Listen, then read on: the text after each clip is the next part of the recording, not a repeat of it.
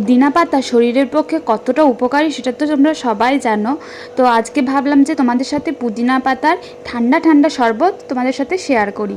তো তার জন্য লাগবে পুদিনা পাতা। পুদিনা পাতাটাকে ভালো করে ঠান্ডা জল দিয়ে ভালো করে ধুয়ে নিতে হবে। আর লাগবে একটা লেবু। এবার প্রথমে পাতাগুলোকে একটা একটা করে ভালো করে বেছে নিতে হবে। তারপর একটা মিক্সির জার নিয়ে নিতে হবে। এবার এর মধ্যে দিয়ে দিতে হবে লেবুর রসটা। একটা গোটা লেবুর রস ভালো করে চিপে এর মধ্যে দিয়ে দিতে হবে। এই জুসটা খেতে দুর্দান্ত হয় আর এটা হজম শক্তিরও কাজে লাগে। তো লেবুটাকে দিয়ে দিলাম। এরপর দিয়ে দেবো চিনি, পরিমাণ মতো চিনি দিয়ে দিতে হবে। সামান্য কিছু উপকরণ দিয়েই কিন্তু এটা বাড়িতে তোমরা তৈরি করে নিতে পারো। এবার দিয়ে দিলাম বিট নুন বা ব্ল্যাক সল্ট। তারপর দিয়ে দেব ভাজা জিরে গুঁড়ো। এটাকে কিভাবে করবে, গোটা জিরে কড়াইয়ের মধ্যে দিয়ে ভালো করে হালকা ভেজে নিতে হবে। তারপর এটা ঠান্ডা হয়ে গেলে বেটে নিলে ব্যাস তৈরি হয়ে যাবে ভাজা জিরে।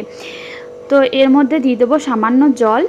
তারপর এটার কাজ হলো ভালো করে পেস্ট করা, একদম মিহি করে, একটা পাতা যেন না থাকে গোটা, ভালো করে পেস্ট করে নেব।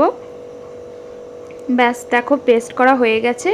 ব্যাস এবার যেটা করতে হবে, একটা ছাঁকনির সাহায্যে এই রসটাকে পুরো বার করে নিতে হবে আর যে পাতাগুলো থাকবে সেগুলো ফেলে দিতে হবে। দেখো আমি এইভাবে বার করে নেব পুরো রসটাকে। তো এবার একটা গ্লাস নিয়েছি, গ্লাসের মধ্যে দেব ঠান্ডা জল। এর মধ্যে তোমরা বরফও দিতে পারো, তো আমি এখানে বরফটা ইউজ করব না, এখানে ঠান্ডা জল দিলাম ফ্রিজের। আর এবার দিয়ে দেবো পুদিনা পাতার রসটা। তো দেখো পুদিনা পাতার রস কিন্তু একদম রেডি। এবার সুন্দর করে সার্ভ করো। এর মধ্যে একটা লেবুর টুকরো দিয়েছি আর পুদিনা পাতা। ব্যাস একদম খেতে দুর্দান্ত হয় আর মন প্রাণ সব ঠান্ডা হয়ে যায়। তো দেখা হচ্ছে নেক্সট কোনো ভিডিও নিয়ে। আজকের মতো টাটা।